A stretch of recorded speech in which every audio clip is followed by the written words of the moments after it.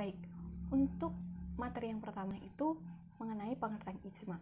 Secara bahasa, ijma mengandung dua pengertian, yaitu keinginan kuat, tekad atau keputusan yang bulat, dan kesepakatan atau konsensus dari sejumlah orang terhadap suatu persoalan. Seperti yang disebutkan dalam Quran Surat Yunus ayat 71 yang artinya, karena itu bulatkanlah keputusanmu. Ijma artinya kesepakatan para ulama dalam menetapkan suatu hukum-hukum dalam agama berdasarkan Al-Quran dan Al-Hadis dalam suatu perkara. Ijma menurut ushul fikih yakni harus dilakukan oleh seluruh mujtahid, bukan kesepakatan sebagian atau bukan kesepakatan yang dilakukan oleh selain ulama mujtahid, seperti kesepakatan yang dilakukan oleh orang-orang awam atau orang-orang yang belum memenuhi syarat-syarat mujtahid. Yang dimaksud dengan para mujtahid adalah mereka yang hidup pada saat terselenggaraannya ijma, bukan mereka yang telah tiada atau yang belum lahir. Persoalan yang menjadi objek ijma haruslah persoalan tentang agama, bukan masalah-masalah tentang keduniawian.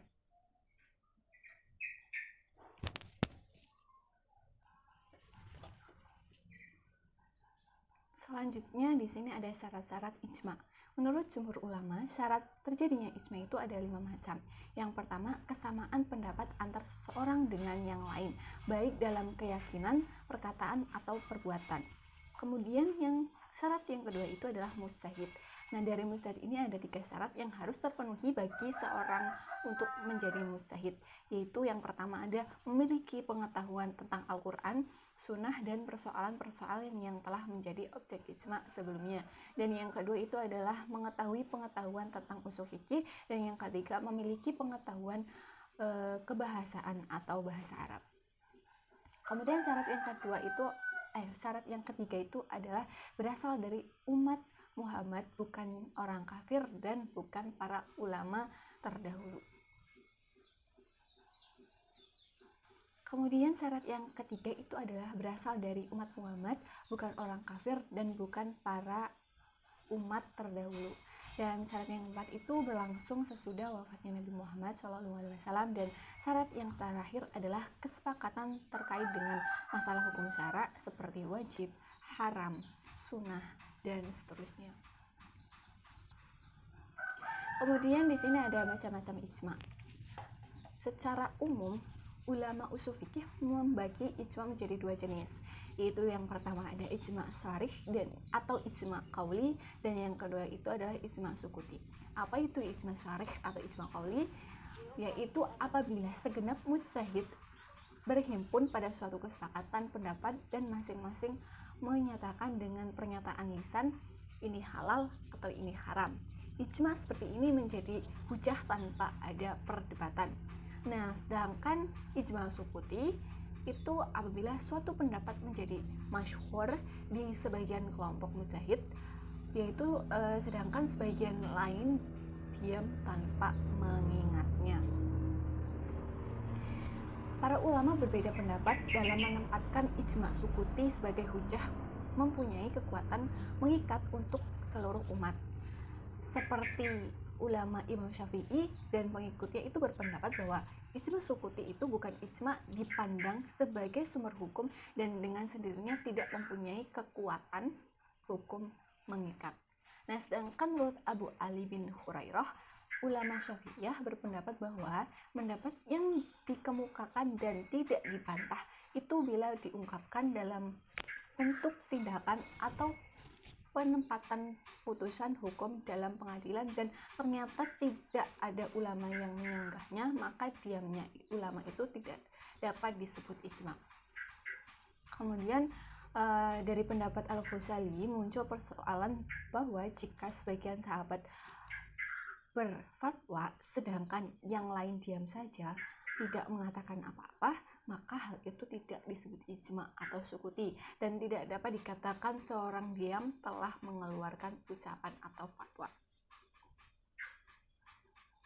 Kemudian di sini ada kehujahan ijma dalam pandangan para ulama. Jumhur ulama ushul fikih berpendapat bahwa rukun-rukun ijma telah terpenuhi maka ijma tersebut menjadi hujah qati atau pasti, wajib diamalkan dan tidak boleh mengingkarinya. Bahkan orang yang mengingkarinya itu akan dianggap kafir. Di samping itu, permasalahan yang telah ditetapkan hukumnya melalui ijma menurut para ahli usul fikih tidak boleh lagi menjadi pembahasan ulama generasi berikutnya, karena hukum yang ditetapkan melalui ijma merupakan hukum syara yang pasti atau qati dan menepati urutan ketiga dalil syara setelah Al-Quran dan As-Sunnah. Menurut Ibrahim bin Syar an-Nazam, tokoh Mu'tazilah, ulama Khawarij dan ulama Syiah berpendapat bahwa ijma tidak bisa dijadikan hujah karena tidak mungkin menghadirkan seluruh mujtahid pada suatu masa dari berbagai belahan dunia dalam Islam untuk berkumpul dan membahas suatu kasus dan menyepakati bersama. Selain masing-masing daerah mempunyai struktur sosial dan budaya yang berbeda. Kemudian di sini ada bukti kekuatan ijma sebagai hujah. Itu yang pertama, Allah Subhanahu wa taala dalam Al-Qur'an memerintahkan kepada orang-orang mukmin untuk taat kepada Allah, Rasulnya dan ulil amri. Seperti firman Allah Subhanahu wa taala dalam Quran surat An-Nisa ayat 59 yang artinya, hai orang-orang yang beriman, taatilah Allah dan taatilah Rasul dan ulil amri di antara kalian. Menurut Ahmad As-Sawi, ayat di atas secara menyeluruh mengisyaratkan kepada 4 dalil fikih, yakni Al-Quran, hadis, ijma, dan qiyas. Taat kepada Allah, yakni Al-Quran, taat kepada Rasul, yaitu hadis, dan taat kepada ulil amri, yaitu ijma. Kemudian yang kedua, pada dasarnya hukum yang telah disepakati oleh pendapat semua mujtahid umat Islam adalah hukum umat yang diperankan oleh para mujtahidnya. Kemudian yang terakhir ini adalah ijma atas hukum syara harus dilaksanakan atau didasarkan pada sandaran syara pula, karena mujtahid Islam memiliki batas-batas yang tidak boleh dilanggar. Bila hasil ijtihadnya tidak didukung nas, maka tidak boleh melewati batas pemahaman suatu nas dan makna dari petunjuk nas yang ada.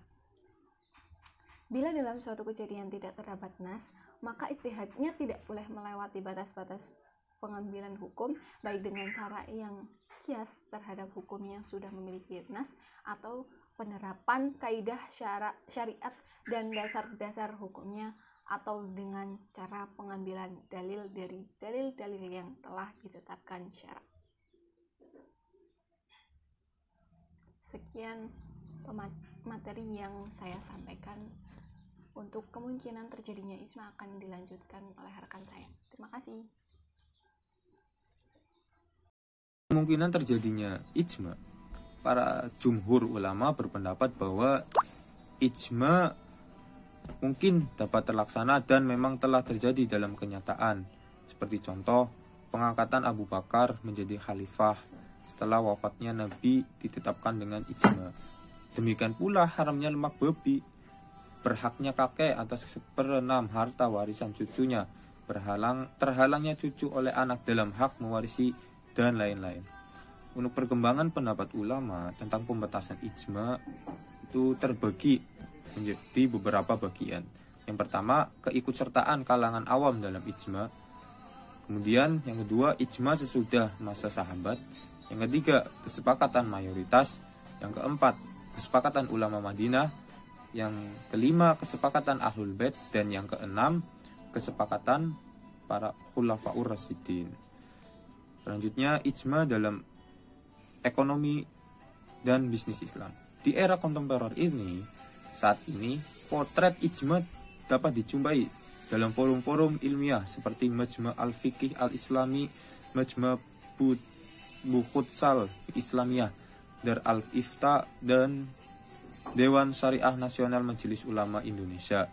Sebagian dari aplikasi ijma dalam problematika ekonomi syariat dan bisnis keuangan sebagai berikut. Haramnya bunga bank, resap dana konvensional haram, serta keharaman asuransi konvensional. Selanjutnya kesimpulan ijma. Ijma adalah kesepakatan para ulama dalam menetapkan suatu hukum-hukum dalam agama berdasarkan Al-Quran dan hadis. Dalam suatu perkara yang terjadi, keputusan yang dilakukan oleh para ulama dengan cara ijtihad untuk kemudian dirundingkan dan disepakati. Menurut jumhur ulama, syarat terjadinya ijma itu ada 5 macam, yaitu yang pertama, berkenan dengan kesepakatan. Yang kedua, berkenan dengan mujtahid. Yang ketiga, yang melakukan ijma haruslah berasal dari umat Nabi Muhammad, bukan orang kafir dan bukan pula umat terdahulu, artinya bukan dari umat sebelum Nabi Muhammad. Yang syarat keempat, ijma mesti berlaku sesudah wafat Nabi Muhammad SAW, yang artinya ijma itu berlaku setelah Nabi Muhammad, seperti yang di syarat ketiga itu.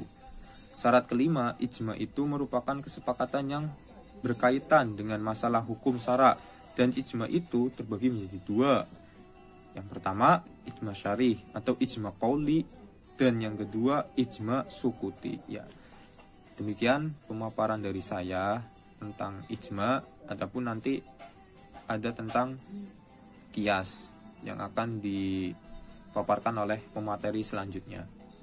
Saya serahkan ke Mbak Moderator. Terima kasih.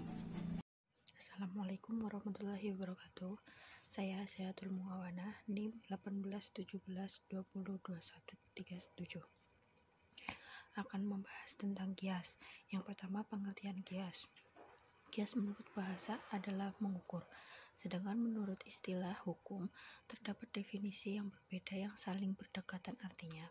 Namun apabila diperlihatkan unsur-unsur pokok di dalam kias, yaitu asal, furu, hukum asal, dan ilat, sehingga dapat disimpulkan kias adalah mempersamakan suatu hukum ilat, suatu hukum atau suatu peristiwa yang tidak ada nasnya dengan suatu peristiwa yang sudah ada nasnya lantaran ada persamaan ilat hukumnya dari kedua peristiwa tersebut.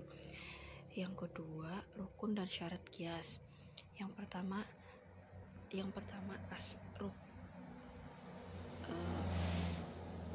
rukun atau unsur-unsur yang harus ada dalam kias ada 4. Yang pertama, asal. Asal yaitu suatu yang dinaskan hukumnya yang menjadi ukuran atau tempat menyerupakan atau mengkiaskan. Di dalam istilah usul disebut asal atau makis alaih atau musyabah bih.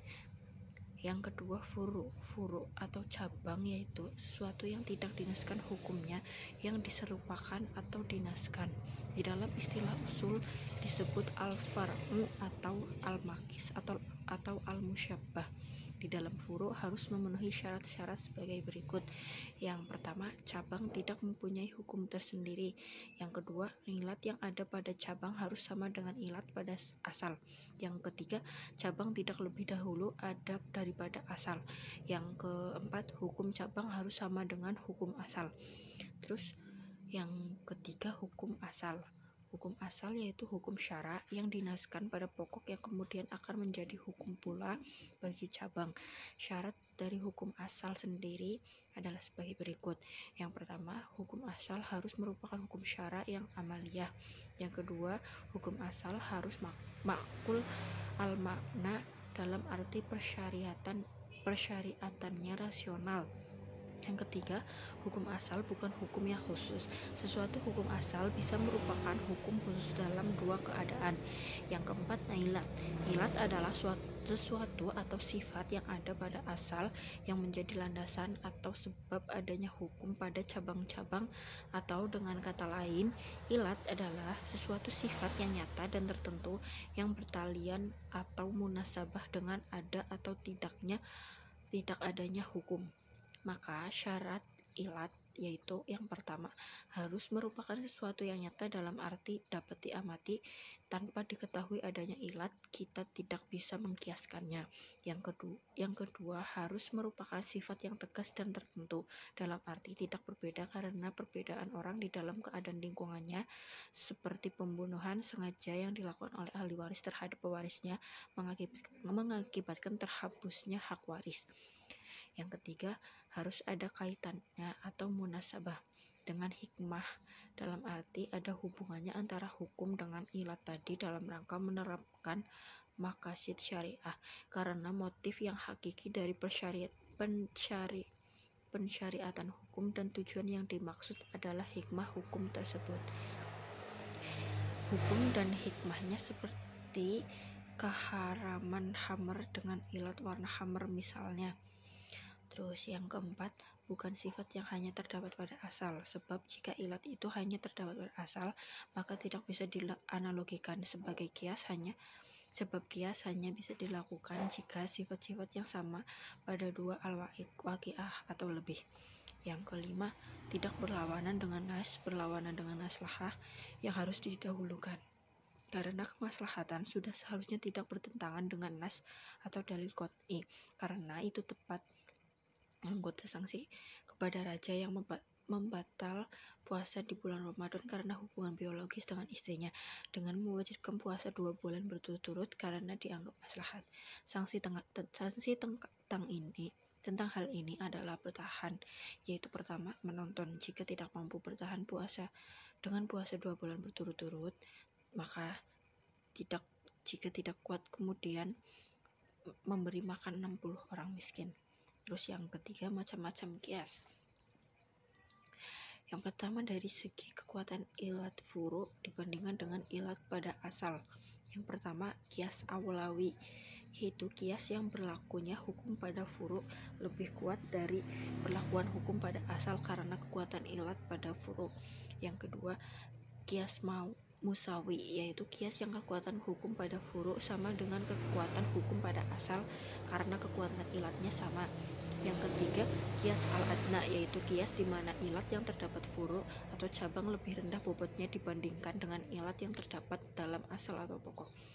Yang kedua, dari segi ilatnya, yaitu yang pertama, kias jali, yaitu kias yang ilatnya ditetapkan dalam nas bersamaan dengan penetapan hukum asal atau tidak ditetapkan ilat itu sebagai itu dalam nas, namun titik perbedaan antara asal dan dengan furu dipastikan tidak ada pengaruhnya. Yang kedua, kias kafi, yaitu kias yang ilatnya tidak disebutkan dalam nas, maksudnya adalah dengan diistimbatkan dari hukum asal yang memungkinkan kedudukan ilatnya bersifat dani. Yang ketiga, dari segi keserasian ilatnya dengan hukum. Yang pertama, kias mu'atsir, itu kias yang ilat penghubung antara asal dan furu ditetapkan dengan nas yang syarih atau ijma, atau kias yang ain, sifat atau sifat itu sendiri yang menghubungkan asal dengan furu berpengaruh terhadap ain hukum. Yang kedua, kias mulaim, yaitu kias yang ilat hukum asal dalam hubungannya dengan hukum haram adalah dalam bentuk munasib mulaim. Yang keempat, dari segi dijelaskan atau tidaknya ilat pada kias itu. Yang pertama, kias makna atau kias dalam makna asal, yaitu kias yang meskipun ilatnya tidak dijelaskan dalam kias, namun antara asal dengan furu tidak ada dibedakan sehingga furu tersebut seolah-olah asal itu sendiri. Yang kedua, kias ilat, yaitu kias yang ilatnya dijelaskan dan ilat tersebut merupakan pendorong bagi berlakunya hukum asal. Yang ketiga, kias dalalah adalah kias yang ilatnya bukan pendorong bagi penetapan hukum itu sendiri, namun ia merupakan keharusan bagi ilat yang memberi petunjuk akan adanya ilat. Yang kelima, dari segi metode yang digunakan dalam asal dan furu. Yang pertama, kias syabah, yaitu kias yang ilat hukum asalnya ditetapkan melalui metode syabah. Yang kedua, kias ilhalah, yaitu kias yang ilat hukum asalnya ditetapkan melalui musnasabah dan ihalah. Yang ketiga, kias sabru, yaitu kias yang ilat hukum asalnya ditetapkan melalui metode sabru wa taksim. Yang keempat, kias tir, yaitu kias yang ilat hukum asalnya melalui metode dir. Yang keempat, kias sebagai metode penetapan hukum. Kias merupakan salah satu metode hukum Islam, sehingga kias menjadikannya sebagai sumber hukum keempat setelah Al-Quran, Sunnah, dan Ijma. Adapun tata cara proses istinbat hukum berdasarkan kias dikenal dengan ilat sebagai cara untuk menentukan hukum suatu masalah baru yang tidak ada dalam nas. Ilat kiasi adalah ilat yang digunakan untuk mengetahui apakah ketentuan hukum yang berlaku terhadap suatu persoalan yang dijelaskan di dalam nas dapat diberlakukan pada persoalan lain. Masalah baru yang tidak dijelaskan oleh nas karena adanya kesamaan ilat antara kedua ilat. Sebagai contoh, sebagai metode kias untuk menghasilkan hukum terhadap persoalan baru dapat diketahui dengan cara-cara berikut. Yang pertama, ilat dapat diketahui dari petunjuk nas. Terus yang kedua, ilat dapat diketahui dari isyarat nas. Sebagai contoh, dalam sabda Rasulullah SAW dalam hadis yang diriwayatkan oleh Abu Qatadah radhiyallahu anhu, yang artinya dari Abi Qatadah bahwasanya Rasulullah SAW telah bersabda tentang kucing. Kucing itu sebenarnya tidak najis karena ia tergolong pelayan-pelayanmu. Huruf ilat yang menunjukkan kepada ketidaknajisan kucing adalah frasa innamahiyya atau dapat diartikan karena ia. Sekian pemaparan materi dari saya. Selanjutnya akan dilanjutkan oleh teman saya. Saya akan menjelaskan tentang pembagian ilat. Yang pertama, dari segi diiktibarkan atau tidaknya oleh syariat, yaitu al-munasib al-mu'atsir adalah munasib yang ditunjukkan oleh syar'i bahwa itulah ilat hukum adalah atsarnya. Yang kedua, ada al-munasib al-mulaim adalah munasib yang tidak diiktibarkan syara dengan zatnya, akan tetapi ada dalil lain baik nas ataupun ijma yang menunjukkan bahwa munasib tersebut adalah ilat hukum. Yang ketiga, ada munasib mulaghah, yaitu sesuatu yang sepintas lalu menimbulkan persangkaan bahwa hal tersebut menimbulkan hikmah, akan tetapi ternyata ada dalil syara bahwa munasib tersebut tidak diakui syara dan dilarang syara. Terus yang keempat, ada al-munasib al-mursal atau al-munasib al-muttalaq, yaitu sesuatu yang jelas bagi mujtahid bahwa menetapkan hukum asasnya mewujudkan kemaslahatan, akan tetapi tidak ada dalil yang menunjukkan secara terperinci bahwa syara melarang atau membolehkannya. Inilah yang di kalangan para ahli usul disebut dengan al-maslahah al-mursyalah. Terus yang kedua, ada dari segi kemaslahatan. Berdasarkan penelitian terhadap berbagai aturan dalam Islam membuktikan bahwa kemaslahatan tersebut kembali kepada tiga hal, yaitu mewujudkan hal-hal yang daruriyat, hajiyat, dan tahsiniyat bagi manusia.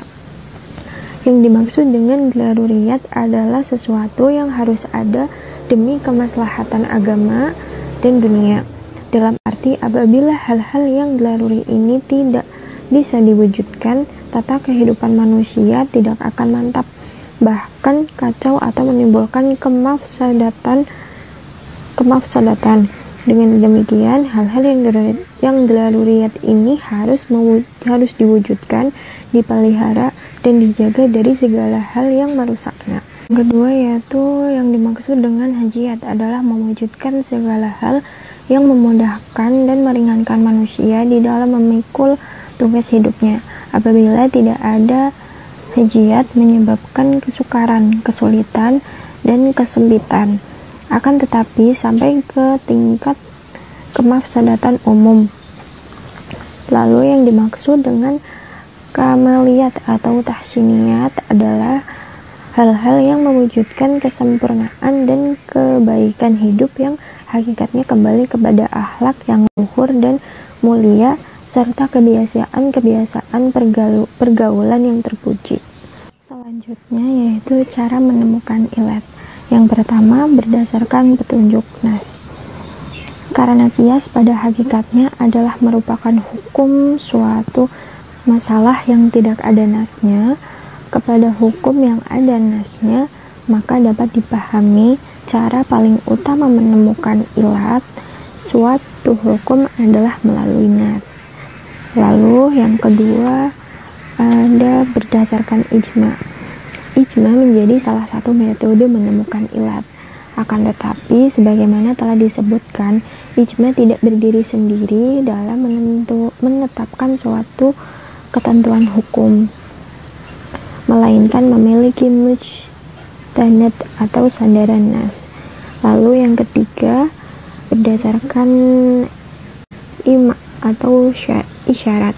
Sebagian ulama menyebutkan tanbih atau penegasan.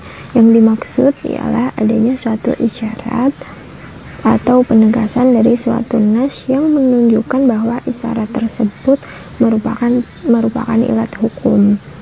Lalu yang keempat ada as-sabar wa at-taskim atau penelitian dan pengklarifikasian. Adapun yang dimaksud dengan hal tersebut adalah melakukan penelitian dan pemilihan di antara beberapa sifat yang terdapat dalam suatu nas yang mungkin dijadikan sebagai ilat. Kemudian memilih sifat yang paling kuat untuk ditetapkan sebagai ilat. Yang kelima ada tankih al-manat atau menyeleksi hubungan atau keterkaitan, yaitu upaya sungguh-sungguh yang dilakukan oleh mujtahid untuk menentukan suatu ilat di antara beberapa sifat yang dikaitkan oleh syar'i kepada hukum tertentu dengan syarat sifat tersebut bersumber dari nas atau ijma. Cara yang ditempuh ialah membuang atau mengesampingkan sifat-sifat hukum yang tidak ada kaitannya dengan hukum tersebut. Lalu yang keenam ada al-munasabah atau tahrij al-manat, yaitu sifat nyata yang terdapat pada suatu hukum dapat diukur dan dapat dicerna oleh pikiran jernih, merupakan tujuan yang dikandung hukum itu, yaitu pencapaian terhadap suatu kemaslahatan atau penolakan terhadap kemudaratan. Yang ketujuh ada at-tart, yaitu menyertakan hukum dengan sifat adanya keserasian antara keduanya. Lalu yang kedelapan ada asyabah, yaitu sifat yang memiliki sisi kemiripan dan kesamaan. Asyabah ada dua bentuk. Yang pertama ada melakukan kias kesamaan yang dominan dalam hukum dan sifat suatu, yaitu mengaitkan furu yang mempunyai bentuk kesamaan dengan hukum asal, tetapi kemiripan dengan salah satu sifat lebih dominan dibandingkan dengan sifat lainnya. Yang kedua, kias suri atau kias yang semu, yaitu mengkiaskan sesuatu kepada yang lain semata-mata karena kesamaan bentuknya. Lalu yang kesembilan ada ad-dauran, yaitu suatu kondisi di mana ditemukan hukum jika bertemu sifat dan tidak terdapat hukum ketika sifat tersebut tidak ditemukan. Hal ini menunjukkan bahwa sifat yang selalu menyertai hukum itu adalah ilat hukum. Lalu yang ke-10 ada ilha al-fariq, yaitu terdapat titik perbedaan antara sifat dan hukum, tetapi titik perbedaan itu dibuang sehingga yang tinggal adalah titik persamaannya. Selanjutnya yaitu kias dalam ekonomi dan bisnis syariah. Beberapa kegiatan ekonomi dan bisnis syariah yang bisa diistinbatkan dengan metode kias adalah yang pertama, menjual harta anak yatim adalah suatu peristiwa yang perlu ditetapkan hukumnya karena tidak ada nas yang dapat dijadikan sebagai dasarnya. Peristiwa ini disebut furu. Untuk menetapkan hukumnya dicari suatu peristiwa yang lain yang telah ditetapkan hukumnya berdasarkan nas yang ilatnya sama dengan peristiwa pertama. Peristiwa kedua ini memakan harta anak yatim yang disebut asal. Peristiwa kedua ini telah ditetapkan hukumnya berdasarkan nas, yaitu haram, berdasarkan firman Allah dalam Al-Quran surat An-Nisa ayat 10. Persamaan ilat antara kedua peristiwa ini adalah sama-sama berakibat berkurang atau habisnya harta anak yatim. Karena itu ditetapkanlah hukum menjual harta anak yatim sama dengan memakan harta anak yatim, yaitu sama-sama haram. Dari keterangan tersebut dapat disimpulkan bahwa asal ialah memakan harta anak yatim, furu ialah menjual harta anak yatim.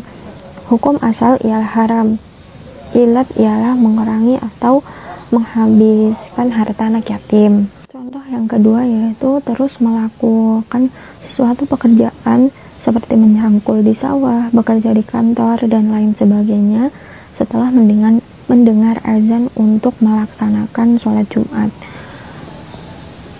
Belum ditetapkan hukumnya. Lalu dicari perbuatan lain yang telah ditetapkan hukumnya berdasarkan nas, dan ada pula persamaan ilatnya, yaitu terus melakukan jual beli setelah mendengar azan Jumat, yang hukumnya makruh berdasarkan firman Allah Subhanahu wa taala dalam surat Al-Jumu'ah ayat 9. Antara kedua pekerjaan itu ada persamaan ilatnya, karena itu dapat pula ditetapkan hukum mengerjakan suatu pekerjaan setelah mendengar azan Jumat, yaitu makruh, seperti hukum melakukan jual beli setelah mendengar azan Jumat. Sekian presentasi dari saya. Terima kasih.